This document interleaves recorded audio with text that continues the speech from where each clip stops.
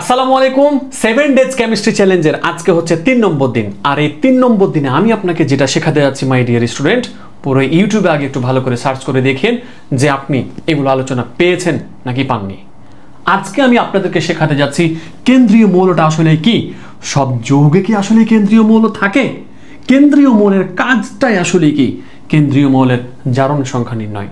My dear student আমি আপনাদেরকে না এগুলো প্রত্যেকটা জিনিস ফিল করাতে চাই। প্লিজ আমার সাথে সময়টা দিবেন এবং নোট করবেন।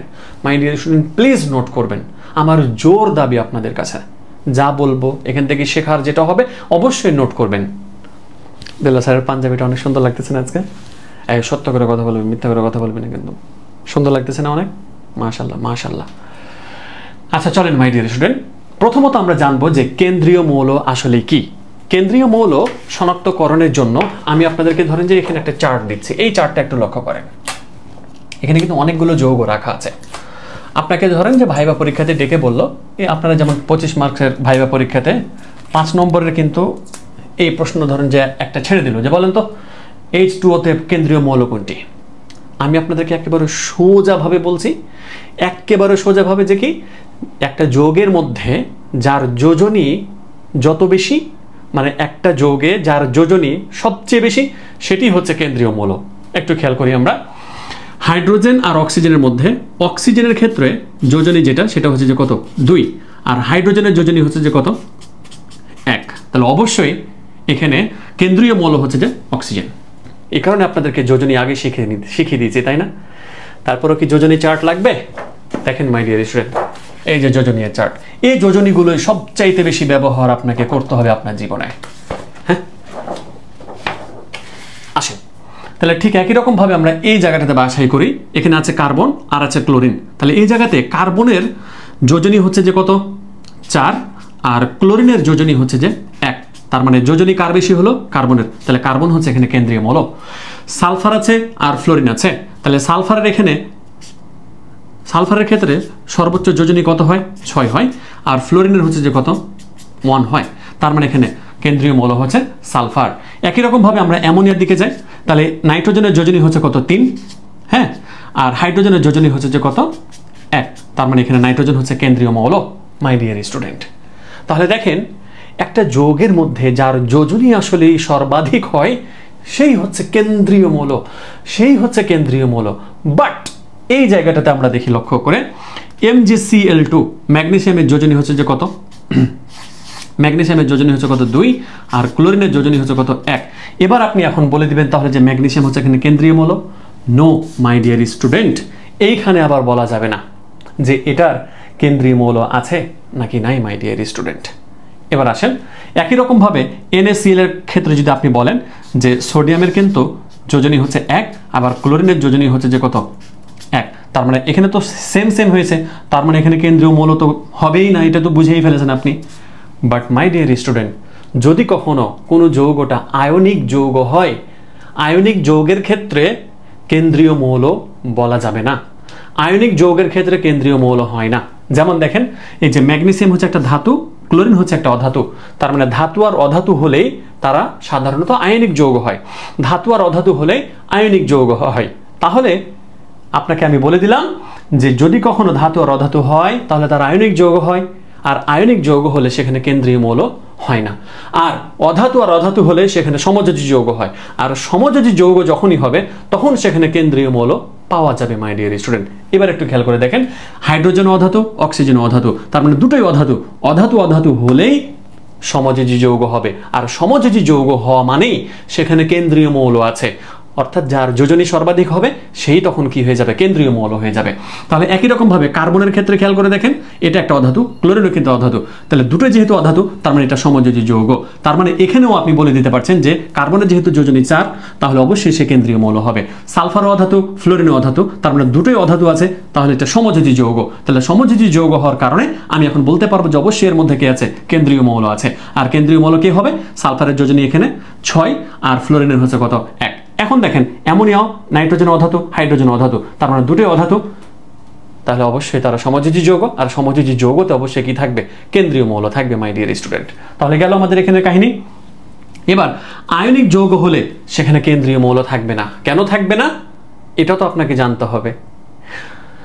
সমযোজী যৌগ হলে কেন্দ্রীয় মৌল হচ্ছে, কিন্তু আয়নিক যৌগ হলে কেন্দ্রীয় মৌল কেন হয় না? এবার আমি আপনাকে একটা উদাহরণ দিয়ে সেই জিনিসটা বুঝাবো। তার মানে আপনি খেয়াল করে দেখেন, কেন্দ্রীয় মৌল আসলে কি? কেন্দ্রীয় মৌল হচ্ছে যে কি, যার যোজনী সর্বাধিক সেটিই কেন্দ্রীয় মৌল। সমযোজী যৌগের ক্ষেত্রে, কোন যৌগের ক্ষেত্রে? সমযোজী যৌগের ক্ষেত্রে যার যোজনী সর্বাধিক সেটিই কেন্দ্রীয় মৌল। আপনি বলতে পারবেন, নো প্রবলেম। এবার দেখেন, সব যৌগে কি কেন্দ্রীয় মৌল থাকে? না, সব যৌগে কেন্দ্রীয় মৌল থাকে না। আয়নিক যৌগে কেন্দ্রীয় মৌল থাকে না, কিন্তু সমযোজী যৌগেই কেন্দ্রীয় মৌল থাকে। তাহলে আমরা এটাও জেনে ফেললাম। এবার এখন দেখেন যে কেন্দ্রীয় মৌলের আসলে কাজটা কি, ওটাই এখন আমি আপনাদেরকে জানাতে চলেছি, যে কেন্দ্রীয় জিনিসটা কেন আসলে ব্যবহার করা হয়েছে একটা যৌগের ক্ষেত্রে। চলেন,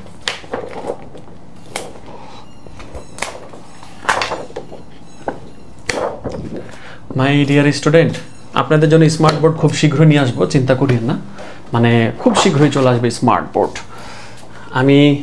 আমি আপনাদেরকে যে এইগুলা লিখে আপনাদেরকে কি দিয়েছি, পিডিএফ দিয়েছি। এই কারণে দেখতেছি যে অনেকেই বলছে যে এখানে গরিবের পিডিএফ। না মাই ডিয়ার স্টুডেন্ট, এভাবে বলাটা ঠিক না, এভাবে বলাটা উচিত না। গরিবের পিডিএফ এটা কেমন? এই জিনিসটা ঠিক না। আমি আপনাকে যেগুলো কষ্ট করে নিজ হাতে লিখে দিয়েছি এবং আপনাদেরকে যে আমি এগুলো শেখাচ্ছি, এটার প্রতিও তো একটা অন্তত কি করা উচিত ছিল আপনাদের, মানে সন্তোষ প্রকাশ করা একটা প্রয়োজন ছিল আর কি। বাট গরিবের পিডিএফ বলে এরকমভাবে মানে ছোট করতে নেই আর কি কাউকে। আসেন, আমার আর কি যতটুকু এখন সম্ভব হচ্ছে আমার স্টুডেন্টদেরকে আমি ততটুকুই দিচ্ছি, চিন্তা করিয়েন না। এবার এখন আমরা জানতে চলেছি কেন্দ্রীয় মৌলের আসলে কাজটা কি। কেন্দ্রীয় মৌলের কাজ কি সেটা আমরা জানার জন্য CH4 অর্থাৎ মিথেনের একটা গঠন দেখি আমরা। কার্বনের সাথে 4টা হাইড্রোজেন আছে। তাহলে কার্বনের আমরা প্রথম শক্তি স্তরে 2টা ইলেকট্রন জানি এবং দ্বিতীয় শক্তি স্তরে কার্বনের আছে 4টা ইলেকট্রন, তাই না? তাহলে ওই 4টা ইলেকট্রনকে আমরা 4 জায়গাতে বসাই একটু, তাহলে বুঝতে সুবিধা হবে। 1 2 3 4। দেখেন এবার মাই ডিয়ার স্টুডেন্ট, একটা কার্বনের সাথে 4টা হাইড্রোজেন আছে, একটা কার্বনের সাথে 4টা হাইড্রোজেন। কার্বন এবং হাইড্রোজেন দুটো অধাতু হওয়ার কারণে দুটো মিলিয়ে সমযোজী যৌগ গঠন করবে। আর সমযোজী যৌগ মানে ইলেকট্রনের শেয়ার হবে। ইলেকট্রনের শেয়ার এখন হাইড্রোজেনের সাথে হবে। এই যে এই জায়গাতে আমরা হাইড্রোজেনকে দিচ্ছি, হাইড্রোজেনের একটা ইলেকট্রন, তাহলে এই জায়গাতে আমরা হাইড্রোজেনের একটা ইলেকট্রন দিয়ে দিচ্ছি। ঠিক সেম ভাবে এই জায়গাতে একটা আমরা হাইড্রোজেনকে দিব এবং এই হাইড্রোজেনের একটা ইলেকট্রন আমরা এখানে দিলাম। সেম ভাবে হাইড্রোজেনকে দিব, হাইড্রোজেনের একটা ইলেকট্রন আমরা এই জায়গাটাতে আবারও হাইড্রোজেনকে দিব এবং সেটা হচ্ছে যে কি একটা ইলেকট্রন তার দিয়ে দিলাম। খেয়াল করে দেখেন, এই যে হাইড্রোজেনের একটা ইলেকট্রন, কার্বনের একটা ইলেকট্রন শেয়ার হয়েছে, শেয়ার হওয়ার কারণেই আমরা সেটাকে বলি সমযোজী বন্ধন। এই যে প্রত্যেকটাই ক্ষেত্রে একটা একটা করে ইলেকট্রন কি হয়েছে, শেয়ার হয়েছে, অর্থাৎ একটা কার্বনের সাথে 4টা হাইড্রোজেন কি আছে, যুক্ত আছে। তাহলে খেয়াল করে দেখেন মাই ডিয়ার স্টুডেন্ট, এই যে কার্বনটা, অর্থাৎ আমি যদি এই নামটা দিই, এই যে এটা হচ্ছে কার্বন, তারপরে এইটা হচ্ছে যে হাইড্রোজেন, হাইড্রোজেন, হাইড্রোজেন, হাইড্রোজেন। এই যে কার্বন 4টা হাইড্রোজেনকে 4টা হাত দিয়ে মনে করেন যে ধরে রেখেছে, আগলে রেখেছে। মা আমাদের সন্তানকে আগলে রাখে না মাই ডিয়ার স্টুডেন্ট? মা হচ্ছে আমাদের কেন্দ্র, মা হচ্ছে আমাদের কেন্দ্র, সকল সন্তানকে বুকে আগলে রাখে। ঠিক সেম ভাবে এই কার্বন কি করেছে, 4টা হাইড্রোজেনকে তার 4টা হাত দিয়ে ধরে রেখেছে যে তোমরা চলে যেও না, তোমরা এখানেই থাকো, সমযোজী বন্ধন গঠন করে আছো, সেটা ওভাবেই রাখো। এই যে কার্বন 4টা যখন ইলেকট্রন শেয়ার করে তখন আমরা তাকে এইভাবে প্রকাশ করি, অর্থাৎ এই যে এই একটা হাত দ্বারা এই 2টা ইলেকট্রনকে বোঝানো হয়, এই একটা হাত দ্বারা এই 2টা ইলেকট্রনকে বোঝানো হয় এবং এই জায়গাতে আমরা হাইড্রোজেন দিয়ে দিই। ঠিক একই রকম ভাবে হাইড্রোজেন, ঠিক একই রকম ভাবে হাইড্রোজেন, ঠিক একই রকম ভাবে হাইড্রোজেন, অর্থাৎ বোঝানো হয় কার্বন এবং হাইড্রোজেন 2টি ইলেকট্রন এখানে শেয়ার করেছে, কার্বন হাইড্রোজেন এখানেও 2টা, একই রকম ভাবে এই দুইটা করে ইলেকট্রন কি করে আছে, শেয়ার করে আছে। তাহলে এই যে আমরা CH4, এই যে এটা, এই যে CH4 মিথেন, এটা হচ্ছে যে কি তার আণবিক সংকেত মাই ডিয়ার স্টুডেন্ট, এটা হচ্ছে তার আণবিক সংকেত, আণবিক সংকেত। হ্যাঁ, আর এটা যদি আমরা বলি গাঠনিক সংকেত, এটা গাঠনিক সংকেত কেন, অর্থাৎ কার্বনের সাথে হাইড্রোজেন কিভাবে যুক্ত হয়ে আছে সেটা আমরা এখানে প্রকাশ করছি, তাহলে কেন্দ্রীয় মৌলের কাজটা আসলে কি, মানে তার সাথে যে অন্য মৌলগুলো থাকবে, অন্যান্য মৌলগুলোকে সে আঁকড়ে ধরে থাকে, জড়িয়ে ধরে থাকে, ছুটে চলে যেতে দেয় না, সে ধরে রাখে। তাহলে কেন্দ্রীয় মৌল মূলত কি করে থাকে, তাহলে ওর সাথে যারা যারা যুক্ত আছে, ওর সাথে যারা যারা ইলেকট্রন শেয়ার করে আছে সবাইকে সে ধরে রাখে এবং তাদেরকে ছেড়ে দিতে চায় না, যে তোমরা যেও না, তোমাদেরকে আমি ধরে রাখছি, আগলে রাখতেছি আমি তোমাদেরকে, মাই ডিয়ার স্টুডেন্ট। বুঝছেন কাহিনী? তাহলে কেন্দ্রীয় মৌলের কাজ আসলে কি? কেন্দ্রীয় মৌলের কাজ হচ্ছে অন্যান্য মৌলগুলোকে তার সাথে ধরে রাখা, তার সাথে আঁকড়ে ধরে রাখা, মাই ডিয়ার স্টুডেন্ট। তাহলে আপনার মাথায় এরকম প্রশ্ন আসবে না এখন যে স্যার সমযোজী বন্ধনের ক্ষেত্রে যে আপনি এই জিনিসটা আমাদেরকে বুঝিয়ে দিলেন, তাহলে আয়নিক বন্ধনের ক্ষেত্রে কেন কেন্দ্রীয় মৌল তাহলে হবে না? আয়নিক বন্ধনের ক্ষেত্রে কেন্দ্রীয় মৌল হবে না এই কারণেই, মাই ডিয়ার স্টুডেন্ট, যে তারা ইলেকট্রন শেয়ার করে না, তারা ইলেকট্রন ত্যাগ করে দেয় একজন, আরেকজন গ্রহণ করে নেয়। তো ত্যাগ করে দেওয়ার পরে আর গ্রহণ করার পরে তারা স্ফটিক বা দানা তৈরি করে, স্ফটিক বা দানা তৈরি করে স্পেশালি। হ্যাঁ, তো সমযোজী যৌগগুলো অণু গঠন করে অবস্থান করে এবং খুবই আপনার দৃঢ়ভাবে তারা একে অপরকে সুন্দর করে আঁকড়ে ধরে রাখে। অর্থাৎ এটা হচ্ছে মিথেনের একটা অণু, ঠিক সেম ভাবে আরেকটা মিথেনের অণু এখানে থাকবে, অনেকগুলো কোটি কোটি মিথেনের অণু পরস্পরের সাথে এখানে কি থাকবে, যুক্ত অবস্থাতে থাকবে। বাট আয়নিক যৌগের ক্ষেত্রে ইলেকট্রনের আদান প্রদান হয়ে যায়। আদান প্রদান হয়ে যাওয়ার ফলে তারা পরস্পরকে আর এইভাবে ধরে থাকে না, পরস্পরকে ধরে থাকে না। তাহলে আশা করি বোঝাতে পেরেছি যে কেন কেন্দ্রীয় মৌলের কাজটা আসলে ধরে রাখা, আর আয়নিক যৌগের কেন আসলে কেন্দ্রীয় মৌল হয় না, আর সমযোজী যৌগের কেন্দ্রীয় মৌল কেন হয়, এই তো বুঝতে পেরেছেন আশা করি। আসেন মাই ডিয়ার স্টুডেন্ট, তাহলে আমরা জানলাম এটা। এরপরে হচ্ছে দেখি আমাদের, আচ্ছা ওইটা আমি যাই, তবে আমি একটু আগে বোর্ডটা মুছে দিই, তাই না?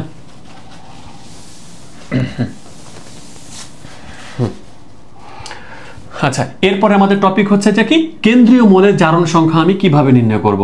যেমন দেখেন CCl4 CO2 দুইটা যৌগ নিয়ে কথা বলি, তাহলে খেয়াল করে দেখি আমরা এই জায়গাটাতে কার্বন আর ক্লোরিন আছে, তাহলে দুটোই অধাতু হওয়ার কারণে এটা সমযোজী যৌগ, আর সমযোজী যৌগ মানে তার কেন্দ্রীয় মৌল আছে। তাহলে এই জায়গাটাতে কার্বনের যোজনী 4 আর ক্লোরিনের যোজনী হচ্ছে কত, 1, তাহলে অবশ্যই কার্বন হচ্ছে কেন্দ্রীয় মৌল। আপনাকে বলে দিবে যে এই যৌগটার কেন্দ্রীয় মৌলের জারণ সংখ্যা বের করো, সেম ভাবে এটাও বলতে পারে যে এটার কেন্দ্রীয় মৌলের জারণ সংখ্যা বের করো। ঠিক, তাহলে বুঝে দেখেন, তাহলে এই জায়গাতেও কার্বন আছে আবার অক্সিজেন আছে, তাহলে কার্বনের যোজনী হয় 2, কার্বনের যোজনী হয় 4, অক্সিজেনের যোজনী হয় 2, তাহলে অবশ্যই এখানেও কার্বন হচ্ছে কেন্দ্রীয় মৌল। তাহলে আরেকটা দিই H2SO4, 3টা মৌল আছে এখানে, তাহলে এই 3টা মৌলের মধ্যে থেকে কেন্দ্রীয় মৌল কে হবে? হাইড্রোজেনের যোজনী 1 হয়, অক্সিজেনের যোজনী 2 হয়, সালফারের যোজনী 2, 4, 6, 3টা হয়। তার মানে এখানে সালফার হচ্ছে কেন্দ্রীয় মৌল। তাহলে আমরা একটু কাজ করি, কেন্দ্রীয় মৌলগুলোকে একটু স্টার চিহ্ন দিয়ে দিই যে এরাই হচ্ছে কেন্দ্রীয় মৌল। তাহলে কেন্দ্রীয় মৌল কি? কেন্দ্রীয় মৌল হচ্ছে যার যোজনী সর্বাধিক, সেই হচ্ছে কেন্দ্রীয় মৌল। এখন ওই কেন্দ্রীয় মৌলটার জারণ সংখ্যা আপনাকে কি করতে হবে, বের করতে হবে। তাহলে জারণ সংখ্যা জিনিসটা আসলে কি সেটা একটু ছোট্ট করে বলে দিই মাই ডিয়ার স্টুডেন্ট। এই যে খেয়াল করে দেখেন, আমরা যে সোডিয়াম বাবুর কথাটা বলি, সোডিয়ামের প্রথম শক্তি স্তরে কয়টা ইলেকট্রন থাকে? 2টা, দ্বিতীয় শক্তি স্তরে কয়টা? 8টা, এবং তৃতীয় শক্তি স্তরে কয়টা থাকে? 1টা ইলেকট্রন থাকে, তাই না মাই ডিয়ার স্টুডেন্ট? আচ্ছা, আমি যদি এখন ক্লোরিন বাবুর কথাটা বলি বা অক্সিজেন বাবুর কথা বলি, অক্সিজেন বাবু, তাহলে এই অক্সিজেন বাবুর কথাটা আমরা বলবো যার প্রথম শক্তি স্তরে 2টা ইলেকট্রন এবং দ্বিতীয় শক্তি স্তরে আমাদের আছে মোট 6টা ইলেকট্রন, 1, 2, 3, 4, 5, 6। প্রত্যেকটা পরমাণু তার সর্বশেষ শক্তি স্তরে 8টা ইলেকট্রন করতে চায়। তাহলে এখন খেয়াল করে দেখেন তো, এইখানে সোডিয়াম প্রথম শক্তি স্তরে 2টা আছে, দ্বিতীয় শক্তি স্তরে 8টা আছে, তৃতীয় শক্তি স্তরে 1টা আছে, তাহলে এই 1টা ইলেকট্রন সে কি করে দিতে পারবে? ত্যাগ করে দিতে পারবে। কোনো মৌলের সর্বশেষ শক্তি স্তরে 1টি, 2টি বা 3টি ইলেকট্রন থাকলে তারা ইলেকট্রন ত্যাগ করে দেয়। এবার যত সংখ্যক ইলেকট্রন ত্যাগ করে, জাস্ট ওই সংখ্যাটাকে লেখা মানে হচ্ছে সেটা তার যোজনী, আর যত সংখ্যক ইলেকট্রন ত্যাগ করে সেটাকে ধনাত্মক সংখ্যা দিয়ে লেখা মানে সেটা হচ্ছে তার জারণ সংখ্যা। তার মানে আমি যদি এটাকে এখন +1 দিয়ে লিখি, তাহলে এটা হয়ে গেল তার জারণ সংখ্যা। খুব সহজভাবে বোঝার চেষ্টা করি। সোডিয়ামের সর্বশেষ শক্তি স্তরে 1টা ইলেকট্রন আছে, তার মানে সেই 1টা ইলেকট্রন কি করে দিতে পারবে? ত্যাগ করে দিতে পারবে। যত সংখ্যক ইলেকট্রন ত্যাগ করে দিবে সেটা তার যোজনী, কিন্তু কোনো ধরনের পজিটিভ বা নেগেটিভ সাইন দেওয়া যাবে না। এবার যত সংখ্যক ইলেকট্রন ত্যাগ করবে সেটা পজিটিভ সংখ্যা দিয়ে, সেটা পজিটিভ দিয়ে, সেটা হচ্ছে তার জারণ সংখ্যা। তাহলে ম্যাগনেসিয়ামের সর্বশেষ শক্তি স্তরে কতটি ইলেকট্রন আছে? 2টি। তাহলে ম্যাগনেসিয়াম এর যোজনী কত হবে? 2, অর্থাৎ সে 2টা ইলেকট্রন ত্যাগ করতে পারবে, তাহলে তার যোজনী হবে 2। বাট 2টা যদি ত্যাগ করে তাহলে সেটাকে আমরা +2 দিয়ে যদি লিখি, তাহলে সেটা হয়ে যাবে তার জারণ সংখ্যা। তাহলে ম্যাগনেসিয়ামের জারণ সংখ্যা হয়ে যাবে +2। অ্যালুমিনিয়ামের কথা চিন্তা করেন, সর্বশেষ শক্তি স্তরে কয়টা আছে? 3টা আছে না? 3টা আছে না? তাহলে সে 3টা ত্যাগ করে দিতে পারবে, তাহলে তার যোজনী কত? 3, বাট তার জারণ সংখ্যা কত? +3। মানে যত সংখ্যক ত্যাগ করবে সেটা ধনাত্মক দিয়ে লেখা মানে হচ্ছে তার জারণ সংখ্যা, ধনাত্মক দিয়ে লেখা মানে তার জারণ সংখ্যা। এবার যত সংখ্যক গ্রহণ করবে তত সংখ্যক ঋণাত্মক দিয়ে লেখা, তাহলে তার কি হবে? জারণ সংখ্যা হবে। খেয়াল করে দেখেন, অক্সিজেনের সর্বশেষ শক্তি স্তরে 6টা আছে, তার মানে সে 2টা খাবে, তাহলে যত সংখ্যক খাবে সেটাই তার যোজনী। তাহলে অক্সিজেনের যোজনী কত? অক্সিজেনের যোজনী হচ্ছে 2, বাট সে 2টা খাচ্ছে, তার মানে -2 হচ্ছে তার জারণ সংখ্যা। এখন খেয়াল করে দেখেন, আমি যদি অক্সিজেনের পরে নাইট্রোজেনের কথা চিন্তা করি, নাইট্রোজেনের সর্বশেষ শক্তি স্তরে কয়টা আছে? 7টা আছে। তাহলে সে কয়টা খাবে? 1টা খাবে। তাহলে হ্যাঁ ঠিকই তো আছে, হ্যাঁ এখানে 7টা আছে, তার মানে সে 1টা খাবে। এখানে কি নাইট্রোজেন, আমি কেন ভুল বলে ফেলছি, সরি। আমাদের অক্সিজেনের পরে আমি দেবো ফ্লোরিন হচ্ছে কত? 9। তার মানে প্রথম শক্তি স্তরে 2টা, তারপরে দ্বিতীয় শক্তি স্তরে থাকবে কত? আপনার 2, 4, 6, হ্যাঁ ঠিক আছে। তার মানে ফ্লোরিন একটা ইলেকট্রন খেতে পারবে, তাহলে একটা ইলেকট্রন যদি খায় তাহলে তার জারণ সংখ্যা কত হবে? -1, আর যোজনী কত হবে? 1। তার মানে যোজনীকে আমরা ধনাত্মক বা ঋণাত্মক দিয়ে লিখি না, বাট জারণ সংখ্যাকে আমরা অবশ্যই ধনাত্মক বা ঋণাত্মক দিয়ে লিখি। তাহলে আমি খুব সিম্পলভাবে বলার চেষ্টা করি আরেকবার, যে একটা মৌল যতটি ইলেকট্রন ত্যাগ করবে সেটা হচ্ছে তার যোজনী, বাট সেটাকে পজিটিভ দিয়ে লিখলে সেটা হচ্ছে তার জারণ সংখ্যা। একটা মৌল যত সংখ্যক ইলেকট্রন গ্রহণ করবে সেটা হচ্ছে তার যোজনী, বাট তত সংখ্যককে আমি যদি মাইনাস চিহ্ন দিয়ে লিখি তাহলে সেটা হচ্ছে তার জারণ সংখ্যা। তাহলে এখন দেখেন মাই ডিয়ার স্টুডেন্ট, আমরা কেন্দ্রীয় মৌলের জারণ সংখ্যা বের করে ফেলতে পারবো। এই যে CCl4, CCl4 এর কেন্দ্রীয় মৌলের জারণ সংখ্যা, অর্থাৎ কার্বনের জারণ সংখ্যা বের করতে হবে। তো পুরো যৌগের মোট জারণ সংখ্যা = 0 লিখতে হবে। কেন লিখতে হবে সেটা একটু পরে ব্যাখ্যা দিচ্ছি, একটু পরে দিয়ে দিচ্ছি, সমস্যা নাই। এখন আসেন ব্যাখ্যা দিয়ে দিচ্ছি, আমি চিন্তা করি না। পুরো যৌগের মোট জারণ সংখ্যার যোগফল = 0। আপনি যে যৌগটারই জারণ সংখ্যা বের করবেন, আপনাকে অবশ্যই সেই যৌগটা সমান 0 লিখতে হবে। কেন হয় সেটা একটু পরে বলছি, চিন্তা করেন না। তাহলে আমি কার বের করব? কেন্দ্রীয় মৌল এখানে কে? কার্বন। তাহলে আমার কার্বনকে কার্বন আকারে রেখে দেন, নো প্রবলেম। তারপরে কার্বনের পরে ক্লোরিন আছে। এখন দেখেন মাই ডিয়ার স্টুডেন্ট, আমি এখন এখানে অবশ্যই একটা মৌলের কাজ শেষ, প্লাস চিহ্ন বসবে। তারপরে ক্লোরিনের জারণ সংখ্যা কত? সে সর্বশেষ শক্তি স্তরে 7টা ইলেকট্রন আছে, তাহলে একটা ইলেকট্রন সে গ্রহণ করবে, তাহলে একটা গ্রহণ করা মানে তার জারণ সংখ্যা -1। তাহলে অবশ্যই আমি বলতে পারবো তার জারণ সংখ্যা কত? -1, তার জারণ সংখ্যা -1। কিন্তু ক্লোরিন কয়টা আছে মাই ডিয়ার স্টুডেন্ট? ক্লোরিন কয়টা আছে এখানে? 4টা আছে। তাহলে -1 ইন্টু হচ্ছে কত? 4। তাহলে ইকুয়াল টু থাকলো কত? 0। তাহলে এখানে থাকবে কার্বন, এবার এখানে কি হয়ে যাবে? প্লাসে মাইনাসে মাইনাস হয়ে যাবে, 4 একে কত? 4, ইকুয়াল টু হচ্ছে কত? 0। বা কার্বনেরটা থাকবে কত আমাদের? +4। অনেক ছাত্রছাত্রী জাস্ট 4 লিখবে, ওটা ক্রস। অবশ্যই +4 লিখতে হবে। কেন +4 লিখতে হবে? জারণ সংখ্যা বের করছেন, জারণ সংখ্যা অবশ্যই প্লাস অথবা মাইনাস দিয়েই আপনাকে উপস্থাপন করতে হবে। এখন দেখেন, এই পুরো যৌগের জারণ সংখ্যার যোগফল কেন 0 হয়, মানে আমরা ইকুয়াল টু কেন 0 লিখি? কার্বনের জারণ সংখ্যা কত মাই ডিয়ার স্টুডেন্ট? আমরা বের করলাম +4 না? এই যে দেখেন, কার্বনেরটা হচ্ছে +4, আর ক্লোরিনের খেয়াল করে দেখেন, তাহলে কার্বনেরটা আমরা বসানোর পরে এখন আমরা যোগ চিহ্ন বসাচ্ছি। কেন? তখন এটার জারণ সংখ্যা আর এটুকুর জারণ সংখ্যা যোগ করব। তাহলে কার্বনের জারণ সংখ্যা +4 বসিয়ে দিলাম, তারপরে যোগ করব ক্লোরিনের জারণ সংখ্যার সাথে। ক্লোরিনের জারণ সংখ্যা কত ছিল আমরা? এই যে, তাহলে যে 1 ইন্টু হচ্ছে কত? -4। খেয়াল করে দেখেন, এখানে আসবে +4, তারপরে এখানে থাকলো, একবারই বসে দিই, এই যে প্লাসে মাইনাসে কি হবে? -4 সমান হচ্ছে কত? 0। অর্থাৎ যে কোনো একটা যৌগতে মৌলসমূহ যেগুলো থাকে তাদের মোট জারণ সংখ্যার যোগফল কত হয়? 0 হয়। ওই কারণে আমরা মোট জারণ সংখ্যার যোগফল = 0 লিখি। সেম ভাবে আপনি এখন কার্বন ডাই অক্সাইডেরটাও বের করে ফেলতে পারবেন। চলেন আমরা কার্বন ডাই অক্সাইডটা বের করি। তাহলে কার্বন ডাই অক্সাইডের ক্ষেত্রে কেন্দ্রীয় মৌল কার্বন। তো আপনারা এটা আগে বের করবেন কিন্তু, ঠিক আছে? এখানে কার্বনেরটা বের করবেন আপনারা নিজেরাই। CO2 = কত? 0 হয়ে গেল। তাহলে এখন কার্বনে আমরা বের করবো, কার্বনকে কার্বনে রেখে দেন, সমস্যা নাই। প্লাস অক্সিজেনের সর্বশেষ শক্তি স্তরে 6টা ইলেকট্রন আছে, একটু আগে দেখলাম আমরা, তাহলে সে 2টা খাবে, তার মানে তার জারণ সংখ্যা -2। তাহলে অবশ্যই আমরা এখানে বলবো যে -2 ইন্টু হচ্ছে যে কত? 2। কেন? কারণ 2টা আছে অক্সিজেন, এই কারণে অবশ্যই 2 বসবে, ইকুয়াল টু কত? 0। তাহলে সেমভাবে কার্বনের এখানে থাকবে প্লাসে মাইনাসে কী হবে, এটা -4 ইকুয়াল টু হচ্ছে কত 0, তার মানে বা কার্বনের আসবে আমাদের কত +4, উত্তর হয়ে গেল। এবার দেখেন মাই ডিয়ার স্টুডেন্ট, আপনি যদি সালফিউরিক অ্যাসিডেরটা নিজে বের না করেন, এই যে সালফিউরিক অ্যাসিডের ক্ষেত্রে সালফারেটটা যদি আপনি বের না করেন, তাহলে আপনি ছাত্র নয় বরং আপনি ছত্রাক। আর আপনি মেয়ে আবার মানে বেঁচে যাচ্ছেন মনে করছেন, আপনি ছাত্রী নয় বরং ছত্রাকনি।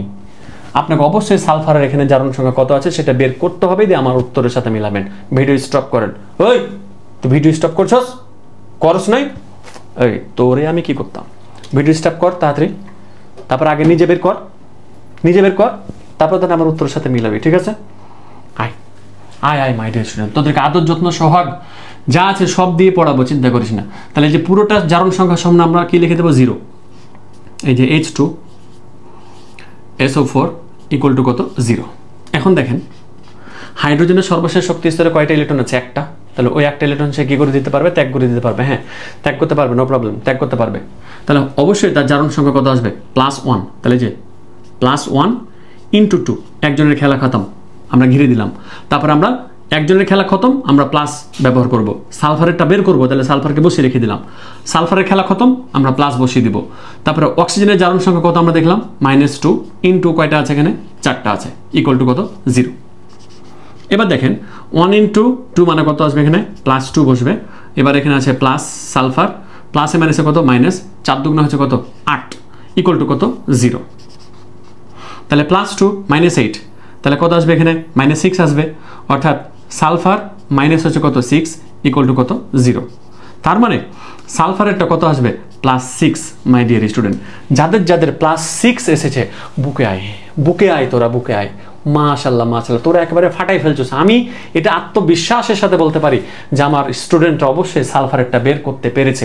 আপনারা জানাবেন প্লিজ যে যা আসলে কারা কারা বের করতে পেরেছিলেন, কারা কারা বের করতে পেরেছিলেন, আমি তাদেরকে দেখতে চাই। অন্তত আমি তাদেরকে একটা লাভ রিয়াক্ট দিব। বুকে এখন টানতে পারতেছি না ঠিক আছে, কিন্তু অন্তত তাদেরকে আমি একটা লাভ রিয়াক্ট দিব, যাতে করে আমি বুঝতে পারি এ তো ক্লাস দেখেছে এবং এখান থেকে উত্তরও করেছে। মাই ডিয়ার স্টুডেন্ট, তাহলে দেখেন কেন্দ্রীয় মৌল কি? কেন্দ্রীয় মৌল হচ্ছে সেই মৌল যা সমযোজী বন্ধনে যার সর্বোচ্চ যোজনী হয়, সেটি হচ্ছে কেন্দ্রীয় মৌল। সব যৌগে কি কেন্দ্রীয় মৌল থাকে না? সকল যৌগে কেন্দ্রীয় মৌল থাকে না। কিছু কিছু যৌগ আছে যারা সমযোজী যৌগ, তাদের কেন্দ্রীয় মৌল থাকে, আর কিছু কিছু যৌগ আছে আয়নিক যৌগ, তাদের মধ্যে কেন্দ্রীয় মৌল থাকে না। কেন্দ্রীয় মৌলের কাজ কি? কেন্দ্রীয় মৌলের কাজ হচ্ছে অন্যান্য মৌলগুলোকে তার চারপাশে রেখে স্থির করে রাখা বা চাকটাকে ধরে রাখা। কেন্দ্রীয় মৌলের জারণ সংখ্যা নির্ণয় কিভাবে করতে হয় সেটা আমরা আলোচনা করলাম।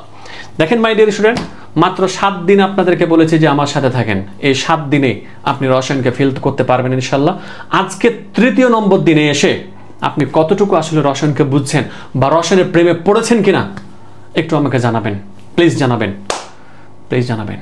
আজকের মতন এখানে শেষ করছি, দেখা হবে আবারও পরের ক্লাসে ইনশাআল্লাহ। চলে যাচ্ছি বলে যাচ্ছি না, ফিরে আসছি আবারও আগামী ক্লাসে ইনশাআল্লাহ। আল্লাহ হাফেজ, আসসালামু আলাইকুম ওয়া রাহমাতুল্লাহ। ধনিয়া পাতা দিব না এখন, বাগ।